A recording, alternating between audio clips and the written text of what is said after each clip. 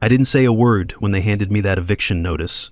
I just slid the 1923 water rights deed across the table and watched 35 McMansions turn into lakefront property. The Willowbrook Estates HOA thought they could steal my grandfather's farm while I was deployed in Afghanistan. These pompous bureaucrats built their perfect suburban paradise on stolen land, complete with tennis outfit Karens patrolling in golf carts. What they didn't know? I'm an Army Corps engineer. That little earth dam on my property had been waiting 45 years for someone stupid enough to build downstream.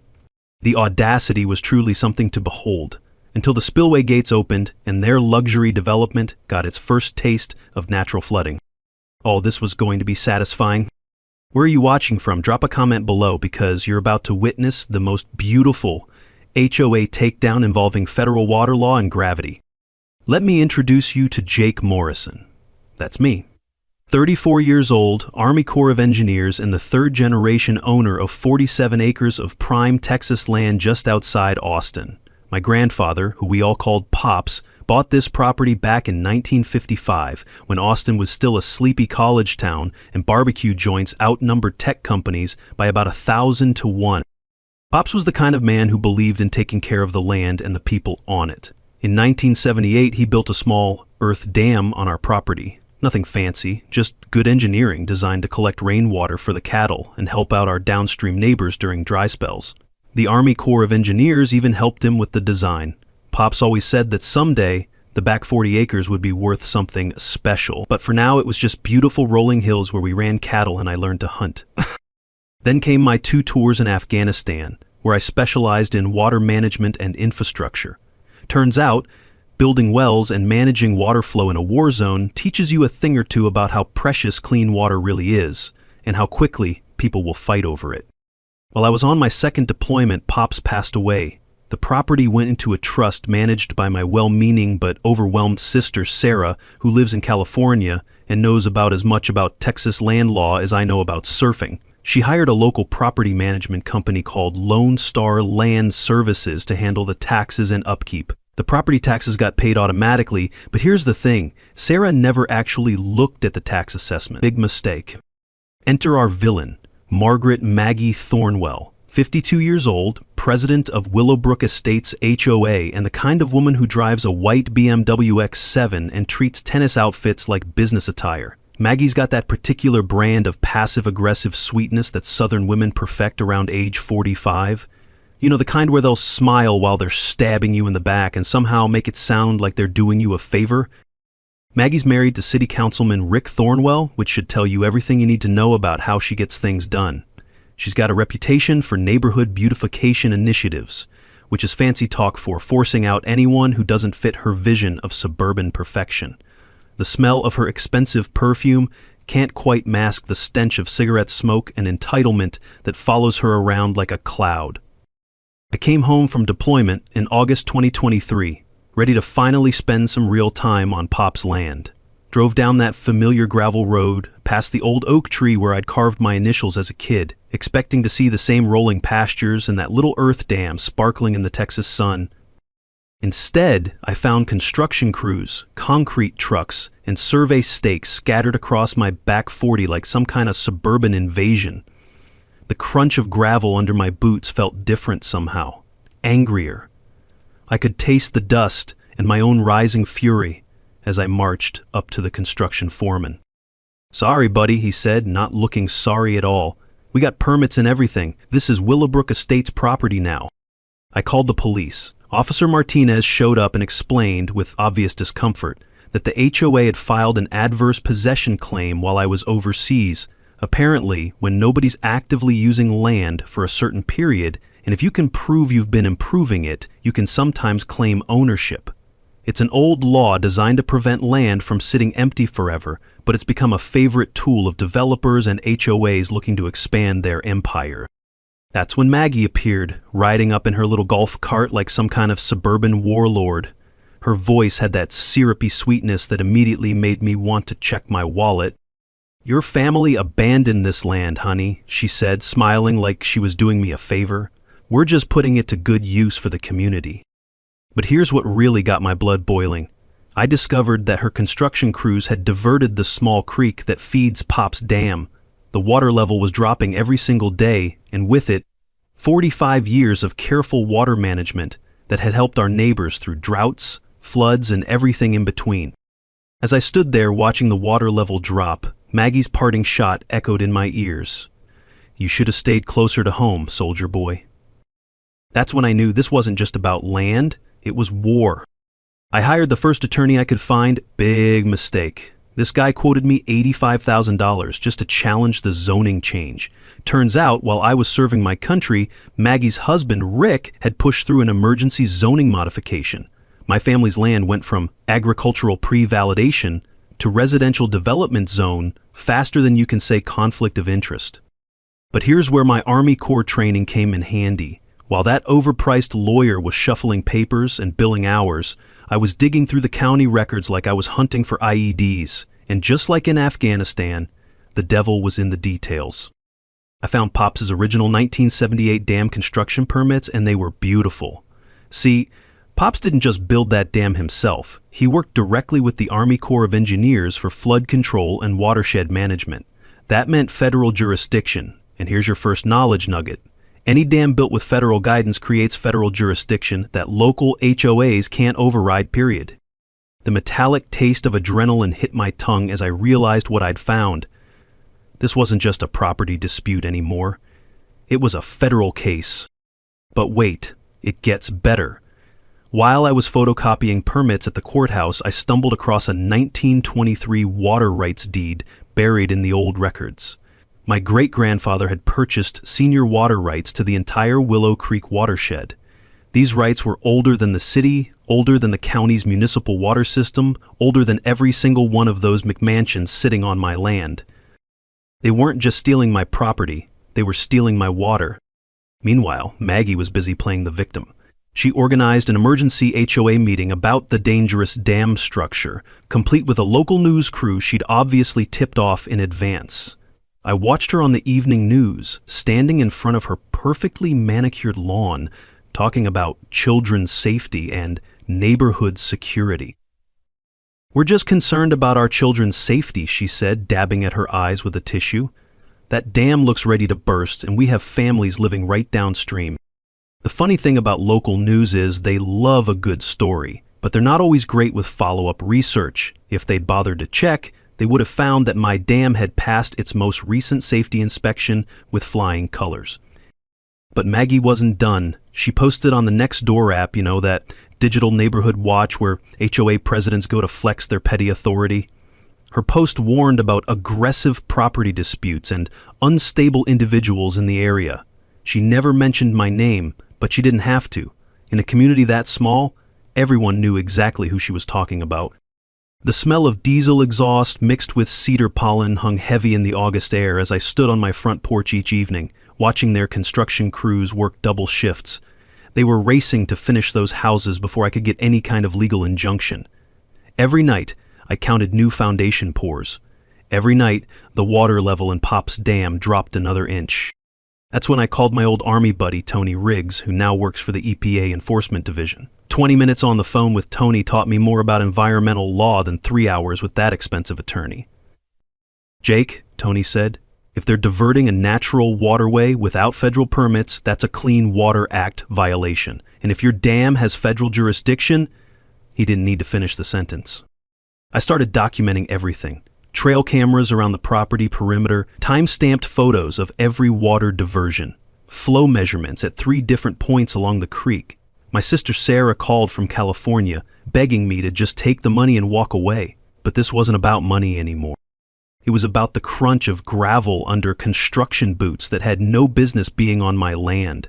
It was about the sound of Maggie's heels clicking across courthouse marble during zoning hearings that should never have happened. It was about the bitter taste of courthouse coffee during research sessions that revealed just how deep this corruption went. But most of all, it was about that dam. Pops built it to help the community during dry spells. For 45 years, it had been a source of life for our neighbors downstream. Maggie's crew was turning it into a decorative pond for McMansions. Here's the thing about water rights in Texas. They're older than oil rights, older than mineral rights, and a hell of a lot harder to steal. But you have to know how to fight for them. As I stood there watching another concrete truck rumble past my kitchen window, I realized something important. This wasn't going to be won in a courtroom with expensive lawyers and legal briefs. This was going to be won with engineering. Maggie decided to turn up the heat. She organized what she called a neighborhood safety patrol. 3 HOA board members in matching polo shirts who parked at my property entrance like some kind of suburban checkpoint. They photographed every visitor, wrote down license plates, and filed reports with the sheriff about suspicious activity. The harassment campaign was textbook intimidation. Loud music complaints when I ran my radio during farm work, unsightly structures, citations for my perfectly functional farmhouse that had been standing since 1962, environmental hazards, reports about my septic system that had passed inspection just 6 months earlier. But the real kick in the teeth came when Rick used his city council position to order a wellness check on me through Veteran Services. Apparently, I was a troubled veteran who might be struggling with readjustment issues. The social worker who showed up was apologetic but thorough. She had to check boxes on her clipboard while Maggie watched from her golf cart like she was supervising a military inspection. That's when the coordinated bureaucratic assault began. Building inspector, fire marshal, health department, and animal control all showed up on the same day like some kind of regulatory SWAT team. Each one found minor violations requiring expensive corrections. The building inspector, who happened to be a drinking buddy of Rick's, declared that my front porch needed $8,000 in foundation work. I recognized the squeeze play immediately. It's the same tactic they use in war zones to pressure local officials, overwhelm them with bureaucracy until they give up and cooperate. But two can play that game. While they were drowning me in paperwork, I was making some phone calls of my own. Tony Riggs at the EPA was very interested to learn that Maggie's HOA had never filed the required wetlands assessment before redirecting Willow Creek. Turns out, any development that redirects natural waterways requires federal environmental clearance even on private property, and the fines for violations start at $50,000 per day. The smell of fresh concrete curing in the summer heat reminded me every morning that I was running out of time, but my research was paying off in ways Maggie never expected. I discovered that their entire development had been built in what the Army Corps classified as a 100-year floodplain. Insurance companies had initially refused coverage until the HOA provided a flood mitigation plan. Their solution? Permanently divert Willow Creek away from the new homes and let it flood my property instead. Here's your second knowledge nugget. Insurance fraud in development projects often carries criminal penalties, not just civil ones.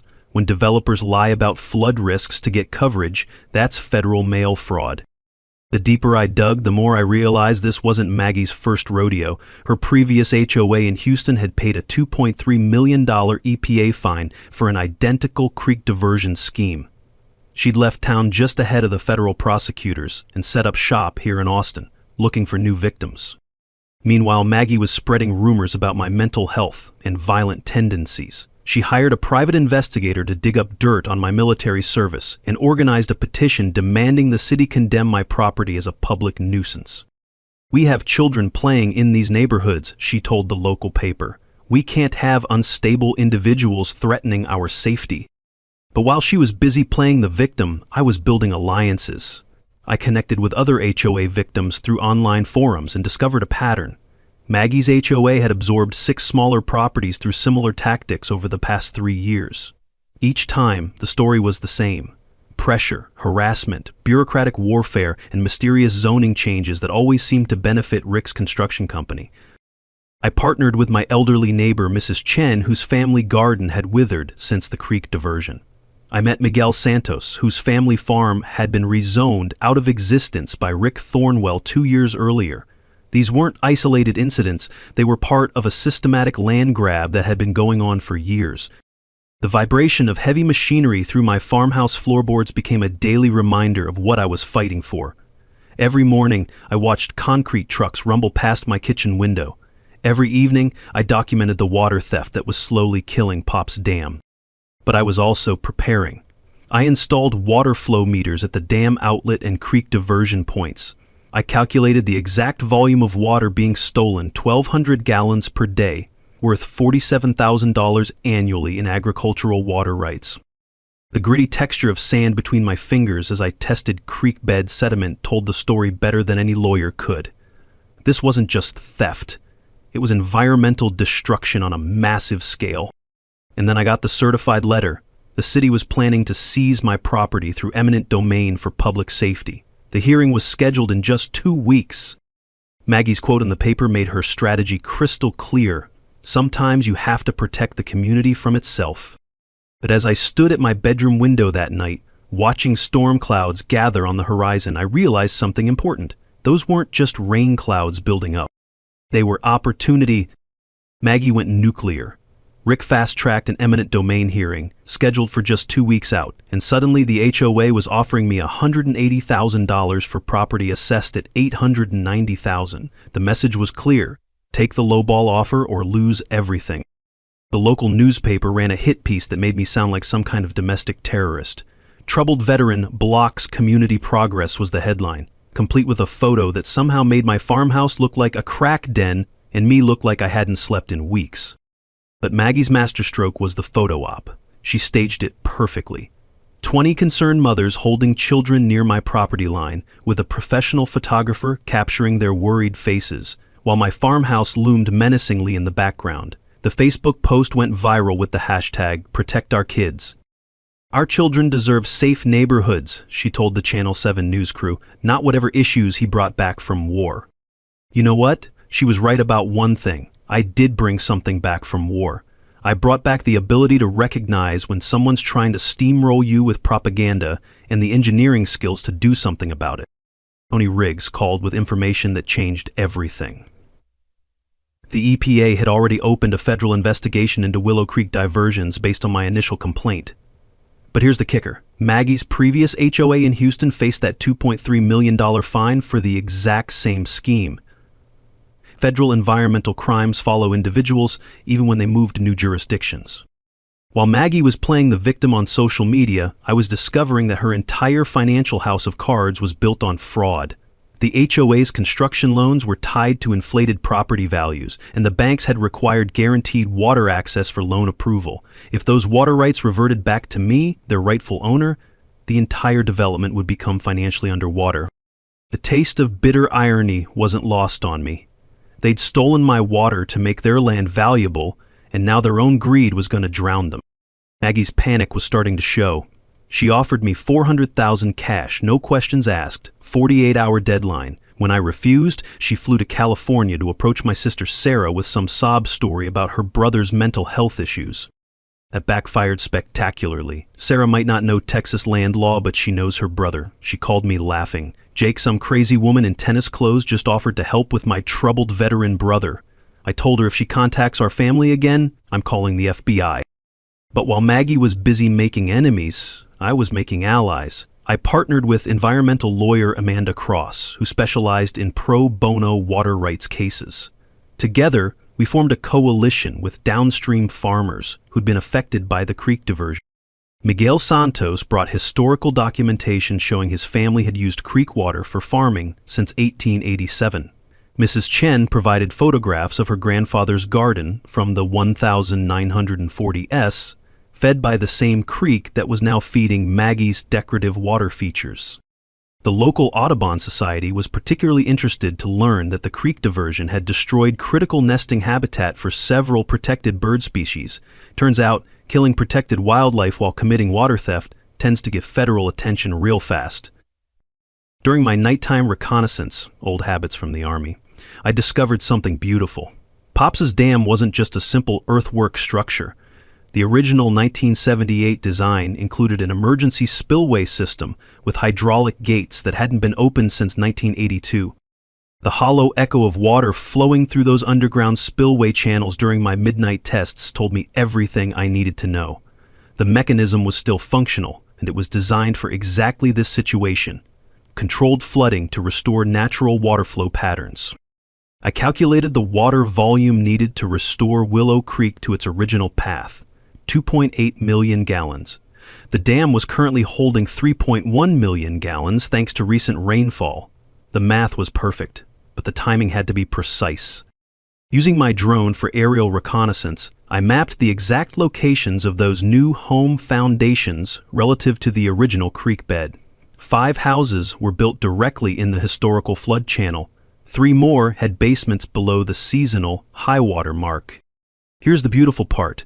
The construction crews had installed decorative creek beds using concrete and decorative stones. They looked pretty, but they weren't designed to handle actual water flow.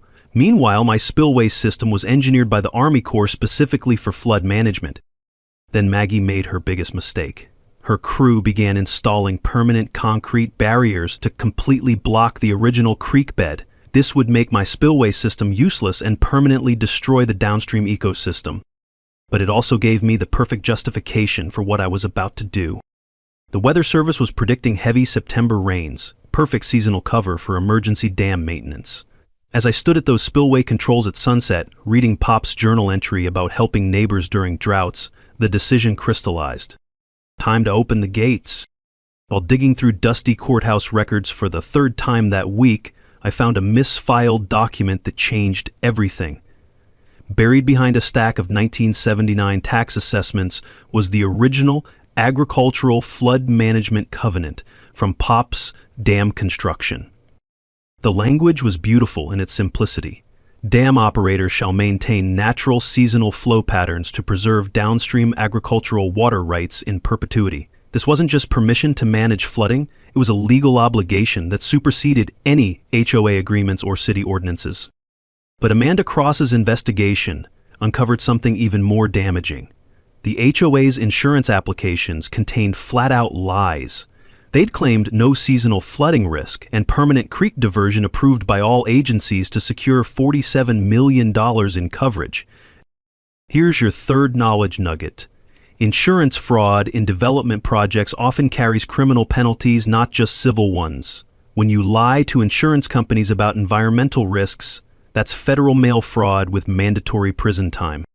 The deeper we dug, the more the whole scheme unraveled. Rick Thornwell's construction company wasn't just the contractor for the HOA development, he was the primary investor. Every house built on my stolen land put money directly in his pocket. And here's the kicker. He'd never recused himself from a single city council vote that benefited his project. Tony Riggs shared EPA findings that made my blood boil. The creek diversion had killed the entire population of Guadalupe bass, a protected species that had thrived in Willow Creek for generations. Texas Parks and Wildlife had documented the fish kill, but somehow the report got lost in Rick's office before it could trigger federal prosecution. They weren't just stealing land and water, they were destroying an entire ecosystem. But the real smoking gun came from Amanda's banking contacts. The construction loans were secured by fraudulent environmental assessments that claimed the creek diversion was a temporary construction measure. Banks were told the water would be returned to its natural flow once construction was complete. If those water rights reverted to me, the entire development would violate federal lending regulations. The banks could demand immediate full repayment of $12 million in construction loans. That's when I found Pop's handwritten journals in the farmhouse attic. His 1980 entry broke my heart. Opened spillway today, helped the Santos farm and 3 others get through dry spell. That's what neighbors do. The dam was never about our family's profit. It was about community service, helping downstream neighbors survive droughts and managing floods to protect everyone in the watershed. Reading those journals, I realized what Maggie had really stolen. It wasn't just land or water. It was 45 years of community cooperation that my grandfather had built, one neighbor at a time. My engineering analysis confirmed what I'd suspected. Maggie's creek diversion was creating an upstream flooding hazard. During heavy rains, the redirected water would back up into residential areas. The original creek bed had provided natural flood control for the entire watershed, and my spillway system was the only way to safely manage seasonal flooding. The timeline pressure was crushing. September rains were predicted to be the heaviest in 7 years. If I waited for the legal system to grind through appeals and federal investigations, natural flooding would happen anyway, potentially causing real property damage. But if I acted now, I could control the timing and intensity. A controlled spillway release would demonstrate natural flood patterns without endangering anyone, while proving that the HOA development violated federal environmental law. Standing at those spillway controls at sunset, holding Pops's journal, the moral clarity hit me like a lightning bolt. This wasn't about revenge anymore. It was about restoring the natural order that had sustained this community for generations. Maggie had systematically destroyed the local farming community. Miguel Santos lost his family's century-old farm. Mrs. Chen's ancestral garden withered without creek water.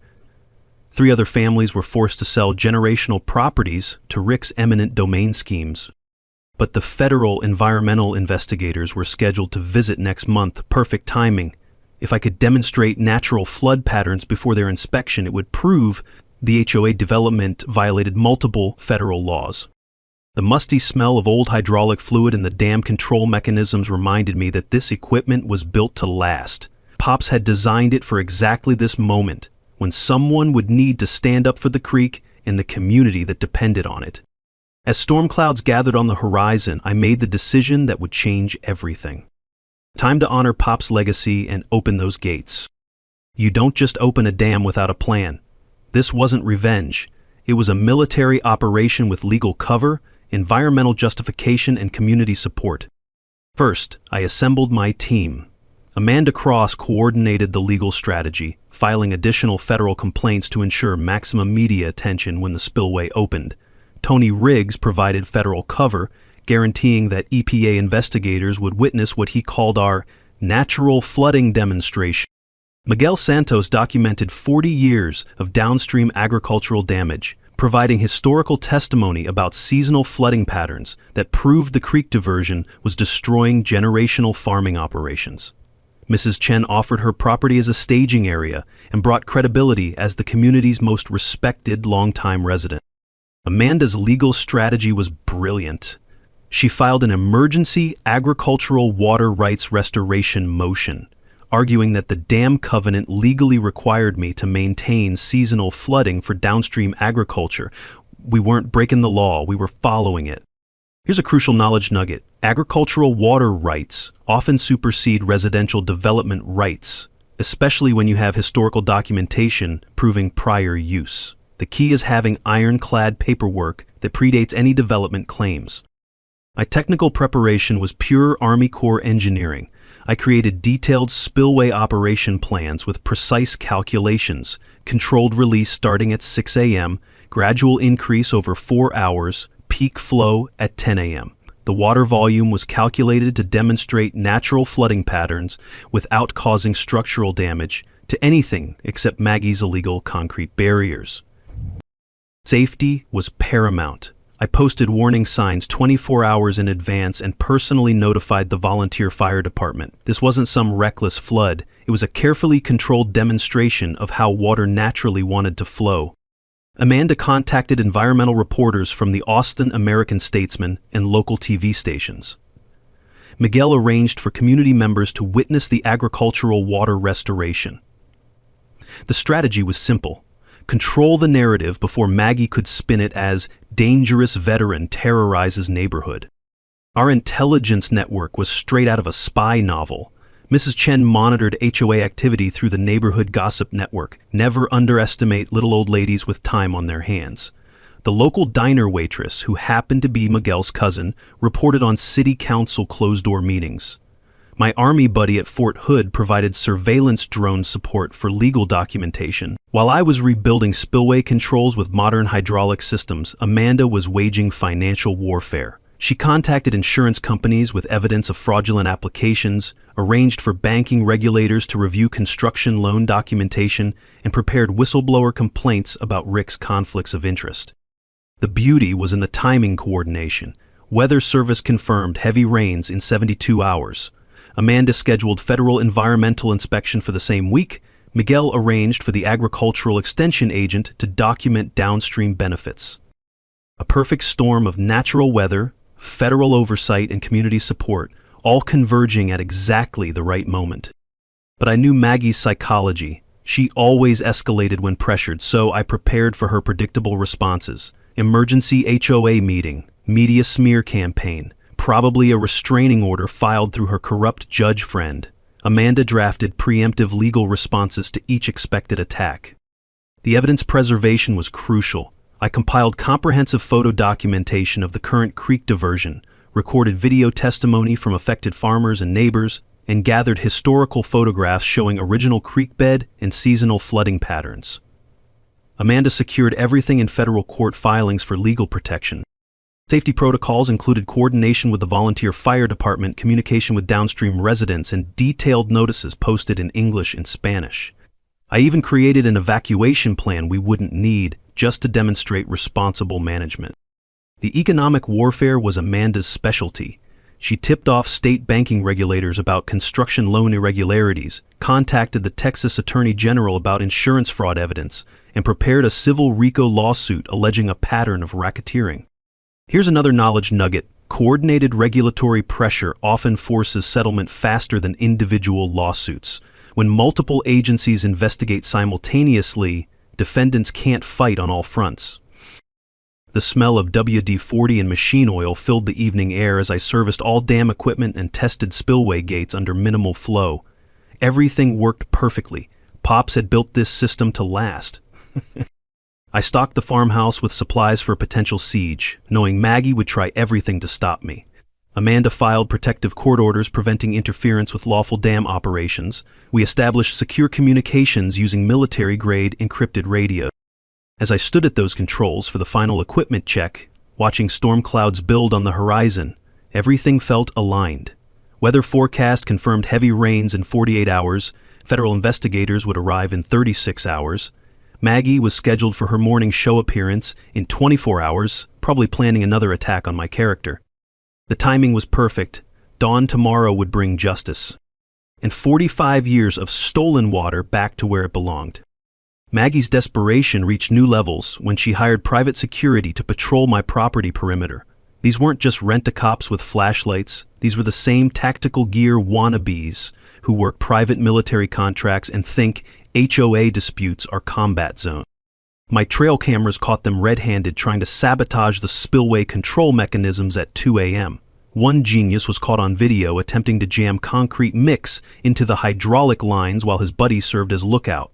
Tony Riggs had tipped off the sheriff's department, and Deputy Rodriguez was waiting in the shadows when they made their move.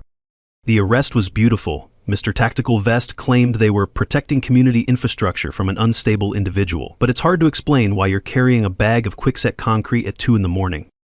Maggie's media blitz was even more desperate. She appeared on the Austin Morning Show wearing her Sunday best and speaking in that trembling voice politicians use when they want to look like victims. Veterans need mental health support, not weapons, she told the host, dabbing at her eyes with a tissue. This man learned to use water as a weapon in Afghanistan, and now he's threatening to wash away children's homes. Rick provided expert testimony as a city engineer about catastrophic dam failure risks, conveniently forgetting to mention that my dam had passed every safety inspection for 45 years. But while Maggie was playing victim on television, my surveillance training was paying dividends. I documented every sabotage attempt, every illegal entry, every piece of evidence that would later prove criminal conspiracy. Tony revealed that federal investigators had been wiretapping Rick's office phone as part of an ongoing corruption probe. These people were more desperate than I'd realized. The legal assault came next. Rick fast-tracked an emergency restraining order hearing for 6 a.m. the following morning, clearly hoping to catch us off guard.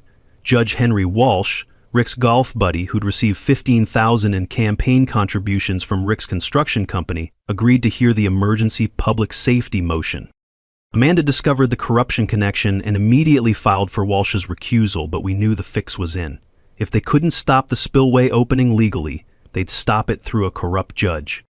Meanwhile, Maggie organized a neighborhood safety patrol to physically surround my property. 20 HOA residents showed up with folding chairs, coolers, and Protect Our Kids signs, planning to live stream the spillway opening as environmental terrorism. The optics were perfect for her narrative. Suburban families with children versus dangerous veteran with a dam. But Miguel Santos had been busy too. He brought 30 farmers and families to support what we called agricultural water restoration. Mrs. Chen organized a counter-demonstration with historical photos showing the creek in its natural state. Amanda arranged for Audubon Society and Sierra Club representatives to attend. Two competing narratives were about to collide: veteran attacks, families, versus community protects water rights. The technical sabotage escalated when security footage revealed someone had poured concrete mix into the spillway channel overnight, creating a blockage designed to cause actual flooding danger if I opened the gates. This wasn't just harassment. It was attempted murder disguised as vandalism. I worked through the night with a portable jackhammer, clearing the sabotage while documenting every chunk of concrete as evidence. The metallic taste of exhaustion mixed with fury as I realized how far they were willing to go. Rick used his city council emergency powers to declare my property an imminent public hazard, authorizing the fire department to secure the dangerous dam structure. Fire Chief Martinez, one of the few honest officials left in town, privately warned me that this was purely political. "Jake, you've got maybe 6 hours before they force me to intervene," he said. "Make it count." The insurance investigation breakthrough came at the perfect moment. Amanda's fraud reports triggered a state investigation, and the Texas Insurance Commission froze all HOA development insurance policies. Without valid insurance, the construction company faced immediate work stoppage. Financial pressure was finally hitting where it hurt: Maggie and Rick's wallets. Tony moved the EPA inspection up 24 hours due to credible sabotage reports. Federal agents were now en route, arriving at 8 a.m. If the spillway opened during their inspection, it would become federal evidence of proper water management. But Maggie's final gambit was the cruelest. She contacted Veterans Mental Health Services, claiming I'd made suicide threats and needed an involuntary psychiatric hold. The VA social worker arrived at my farmhouse at 5:30 a.m., just as I was preparing for the spillway operation. I had to convince her I was mentally competent while simultaneously preparing to flood a subdivision, not exactly a normal Tuesday morning conversation. Sarah called from California, her voice breaking. "I can't lose my brother too. Please, Jake, this isn't what Pops would want." For a moment, I almost cracked. Then I found Pops' final journal entry about standing up to bullies, and my resolve hardened like concrete. Sometimes you have to flood the valley to save the creek. At 7:02 a.m., with federal agents watching and the morning sun painting the sky orange, I opened the spillway gates to 25% capacity. The sound was magnificent, not the violent rush of destruction, but the gentle whisper of water returning home. For the first time in 18 months, Willow Creek began flowing in its original bed, exactly where nature intended. Miguel Santos knelt beside the restored creek and cupped the clear water in his weathered hands, tears streaming down his face. "This is the water that fed my grandfather's farm for 60 years, he whispered. Maggie's reaction was immediate and predictable. She screamed at the federal agents to arrest the terrorist, her carefully composed morning show demeanor cracking like cheap paint. EPA agent Sarah Kim calmly explained, "Ma'am, this gentleman has the legal right to operate his agricultural flood control system." But Maggie was live streaming on Facebook, her voice rising to near hysteria. "He's flooding our children's homes. This is what happens when we let unstable veterans have weapons." Except the water wasn't flooding anything. It was flowing exactly where it belonged, in the original creek bed that her development had illegally blocked. Local news helicopters circled overhead, broadcasting the spillway operation live. The Austin American-Statesman reporter was interviewing downstream farmers about their restored water access when Maggie tried to hijack the interview. "This veteran is using military training to attack civilians," she shrieked. The reporter, clearly confused, asked, "Ma'am, the water is flowing in the original creek bed. How exactly is this an attack?" You could almost hear Maggie's narrative collapsing in real time. Rick was frantically calling Judge Walsh, screaming into his phone about property values and campaign contributions. "That psycho is destroying millions in property value," he yelled, apparently forgetting that Amanda was recording the conversation from the courthouse steps. Here's a legal nugget for you. Texas is a one-party consent state, which means you only need one person's permission to record a phone conversation, and that person can be yourself. The engineering validation was beautiful. EPA agent Kim measured the water flow and confirmed it matched historical seasonal patterns exactly. Tony Riggs documented everything. This is how the creek flowed naturally before the 2022 diversion. Federal agencies prioritized natural water flow over development convenience, and we were proving that principle in real time. Mrs. Chen's garden irrigation system filled for the first time in 18 months. 3 downstream farms reported restored water access to their stock ponds. The local diner owner brought coffee and homemade kolaches to everyone, saying, "My daddy farmed here. This is how it should be." Even some of Maggie's supporters began quietly leaving as they realized no homes were actually flooded. Turns out it's hard to maintain righteous indignation when the disaster you're protesting is just water flowing where water naturally flows. The insurance collapse accelerated when the construction company received a cease and desist order from state investigators. All work stopped on the HOA development pending the fraud investigation. Maggie discovered her own homeowner's insurance might be voided due to fraudulent water access claims. The financial house of cards was collapsing faster than a dam made of playing cards. But Maggie wasn't done fighting. She called Rick in a panic. "Get your trucks down here and block that spillway." Rick, apparently having learned nothing from the arrest of his security team, sent 3 concrete trucks to accidentally spill their loads across the creek bed. Federal agents immediately arrested the truck drivers for interfering with a federal environmental investigation. Turns out, interfering with federal environmental enforcement is a felony, not a civil matter. The technical success was everything I'd calculated. Water flow stabilized at optimal levels for agricultural and environmental needs. No flooding of residential areas. The creek stayed within its natural banks, exactly as 45 years of seasonal patterns had proven it would. My Army Corps engineering had been perfect. The political fallout was swift. City Councilman Martinez arrived and publicly demanded Rick's immediate resignation. "This corruption has made our city a laughingstock," he announced to the gathered media. "You're done." Federal investigators expanded their probe to include RICO charges for systematic land fraud. Tony told me later, "This is the smoking gun we needed for criminal prosecution." But the sweetest moment came when Maggie realized her $2.3 million investment was now worthless without fraudulent water access. She screamed at me across the creek, "You've destroyed everything! 35 families!" My response was calm, measured, and loud enough for every camera to catch. "No, ma'am, I restored everything. Your families can buy water rights legally, just like everyone else has to." Maggie stormed off, threatening federal lawsuits that would never materialize. As Miguel's extended family arrived with homemade tamales and cold beer, and Mrs. Chen brought a traditional Chinese tea ceremony to bless the restored creek, I realized something important. This was never about revenge. It was about community, the kind Pops had built one neighbor at a time, one drought at a time, one act of generosity at a time. The media narrative had shifted completely. Environmental groups hailed the spillway operation as a model for ecosystem restoration. The original Veteran Floods neighborhood story became Community Reclaimed Stolen Water. Sometimes the truth flows as naturally as water finding its way home. Judge Walsh's courtroom at 2 p.m. was packed tighter than a can of sardines. Media crews, farmers, HOA residents, and federal agents filled every seat, with overflow crowds watching through the windows. You could feel the electricity in the air. This wasn't just a legal hearing, it was a community reckoning. Maggie arrived with a 3-piece suit army, high-powered Houston attorneys, expert witnesses, and enough legal firepower to take down a small government. She'd traded her tennis outfit for a conservative black dress and pearls, playing the role of concerned community leader defending innocent families.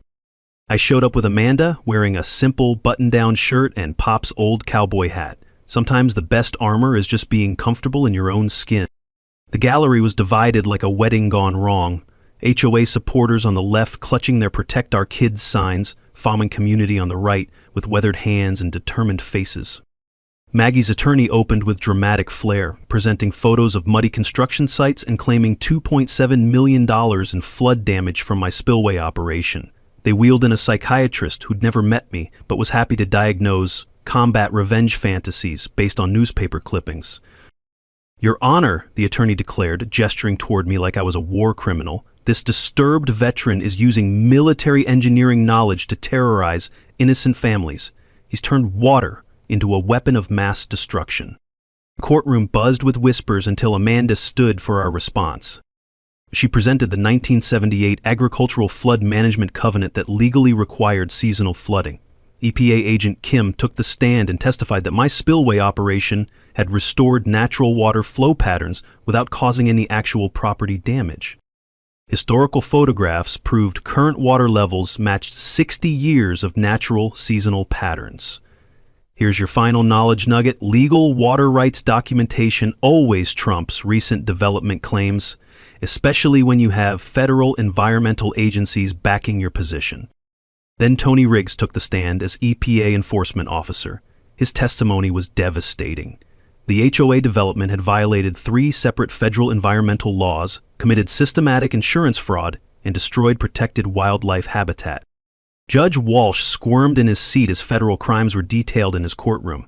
You could see him calculating whether his political loyalty to Rick was worth potential federal prosecution for obstruction of justice. The breaking point came when Amanda called Rick as a witness. Under oath, he admitted to fast-tracking zoning changes while I was deployed overseas and revealed his financial stake in the construction company. When Amanda played the recorded phone conversation about destroying property values, Rick exploded. "This is a federal setup," he screamed, storming toward the exit. "We did nothing wrong." His own words, captured on audio, proved the conspiracy better than any prosecutor could. But the real emotional power came from community testimony. Miguel Santos described 3 generations of farming destroyed by the creek diversion, his voice breaking as he talked about his grandfather's dreams dying with the stolen water. Mrs. Chin showed photographs of her family garden, lush and green before the diversion, brown and withered after. Her quiet dignity spoke louder than any legal argument. Fire Chief Martinez testified that the spillway operation was professionally executed with 0 safety violations. Downstream property owners confirmed their agricultural water access had been fully restored. Then Maggie took the stand for what became her final performance. "He came back from war damaged, Your Honor," she said, pointing at me with trembling fingers. "He's taking revenge on innocent families using psychological warfare against children." She claimed I'd threatened her safety and described the spillway operation as environmental terrorism designed to destroy property values and traumatize residents. When Amanda called me to testify, the courtroom went silent. I presented Pop's journals documenting 40 years of community water sharing, explained my Army Corps engineering calculations, and spoke directly to Judge Walsh. "Your Honor, I didn't flood anybody. I restored a creek that was stolen from my family in this community for 45 years. The mic drop moment came when Amanda presented final evidence, documentation of Maggie's Houston HOA paying $2.3 million in EPA fines for an identical creek diversion scheme. The federal prosecutor stood and announced a criminal investigation into interstate water fraud conspiracy. The courtroom erupted as the scope of the corruption became clear. Judge Walsh had no choice. He denied all restraining order requests, ruled that my spillway operation was legal and beneficial, and ordered the HOA to cease all interference with federal environmental investigations. His warning to Rick was pointed. This court will not obstruct lawful federal environmental enforcement. As federal agents escorted Rick from the courthouse while banking investigators served additional warrants, Maggie found herself surrounded by reporters with nowhere to hide. She refused all comment and sped away in her BMW, probably already calling moving companies. I emerged to cheering crowds of farmers, environmentalists, and curious townspeople who'd witnessed justice flowing as naturally as water finding its way home. Amanda announced the federal RICO investigation at an impromptu press conference, while Miguel thanked me on behalf of every affected family. My statement was simple. This was never about revenge. It was about doing right by the land and the people who depend on it. 6 months later, justice flowed as naturally as the restored creek. Rick Thornwell pleaded guilty to federal conspiracy charges and got 3 years in federal prison. Maggie faced $8.7 million in civil penalties and filed for bankruptcy faster than water rushing through an open spillway. The construction company paid $12 million in EPA fines and got banned from all federal contract work. The HOA dissolved completely, and residents formed a new community association focused on environmental stewardship instead of suburban tyranny. My property value? restored to $1.2 million after the federal environmental designation made it more valuable than any suburban development could. The $340,000 settlement from the insurance fraud investigation went to a good cause. I bought Miguel's family farm at tax auction and returned it to him debt-free. Environmental restoration often increases property values more than development ever could. The community transformation was the real victory. The restored creek now attracts ecotourism, kayaking, birdwatching, and fishing where McMansions were supposed to stand. Mrs. Chin's garden became a demonstration site for sustainable agriculture, and 3 downstream farms reported their best crop yields in a decade. The local diner became unofficial headquarters for the Willow Creek Restoration Association, where farmers and environmentalists planned the next fight against corporate water theft. The environmental success exceeded every expectation. Protected Guadalupe populations recovered to pre-diversion levels within 4 months. The Audubon Society documented 12 bird species returning to restored wetland habitat. Texas Parks and Wildlife designated the creek as a critical wildlife corridor, ensuring permanent protection. My spillway operation became a case study in the Army Corps of Engineers training manual. Sometimes, the best revenge is just doing your job correctly. Personally, I found peace I didn't know I was missing.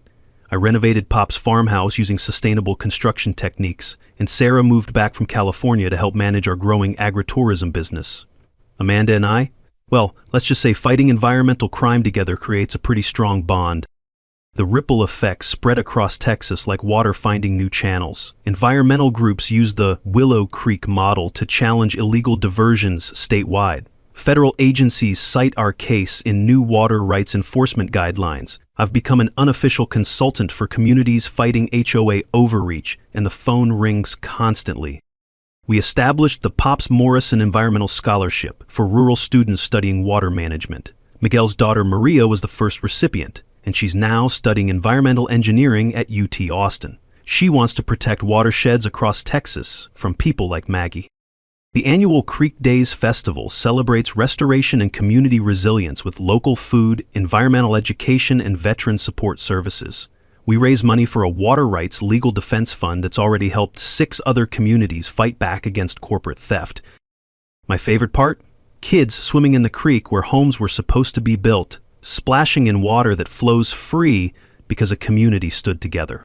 Every Sunday, I visit Pop's grave and bring creek water in a mason jar, just like he used to do when he checked the flow after heavy rains. Thanks, Pops, I tell him. The creek's singing again, just like you said it would. The Legacy Project ensures this victory lasts forever. The Willow Creek Conservation Trust now owns development rights to the entire watershed, creating a permanent buffer zone that prevents future commercial development. No one will ever steal this water again. But here's the beautiful twist. Maggie's Houston HOA faced federal RICO prosecution based on our case. 147 families across 3 states filed similar water rights restoration lawsuits. What started as one veteran's fight became a movement for environmental justice nationwide. From my porch each evening, watching that creek flow exactly where it belongs, I'm reminded that some fights are worth everything you've got. Sometimes you have to flood the valley to save the creek. But you don't do it alone. You do it with your community, your neighbors, and people who believe clean water belongs to everyone, not just whoever has the best lawyers and the most corrupt city council connections. If you're fighting HOA overreach, environmental destruction, or bureaucratic bullying, don't give up. Document everything, find allies, and remember, the law is on your side when you're protecting the land for future generations. Drop a comment and tell me your HOA nightmare story. I read every single one and reply when I can, because these fights are easier when we support each other. Hit subscribe if you want more stories about communities fighting back against corruption and winning. And remember, your voice matters, your vote matters, and your creek matters too. Next week, I'm telling you about the city that tried to steal my neighbor's solar farm, so she cut power to City Hall during the mayor's wedding reception. That's a story about a different kind of power, and how one engineer turned the lights out on municipal corruption. Water finds a way, justice finds a way, and communities that fight together win together. Willow Creek flows free, y'all, and it always will.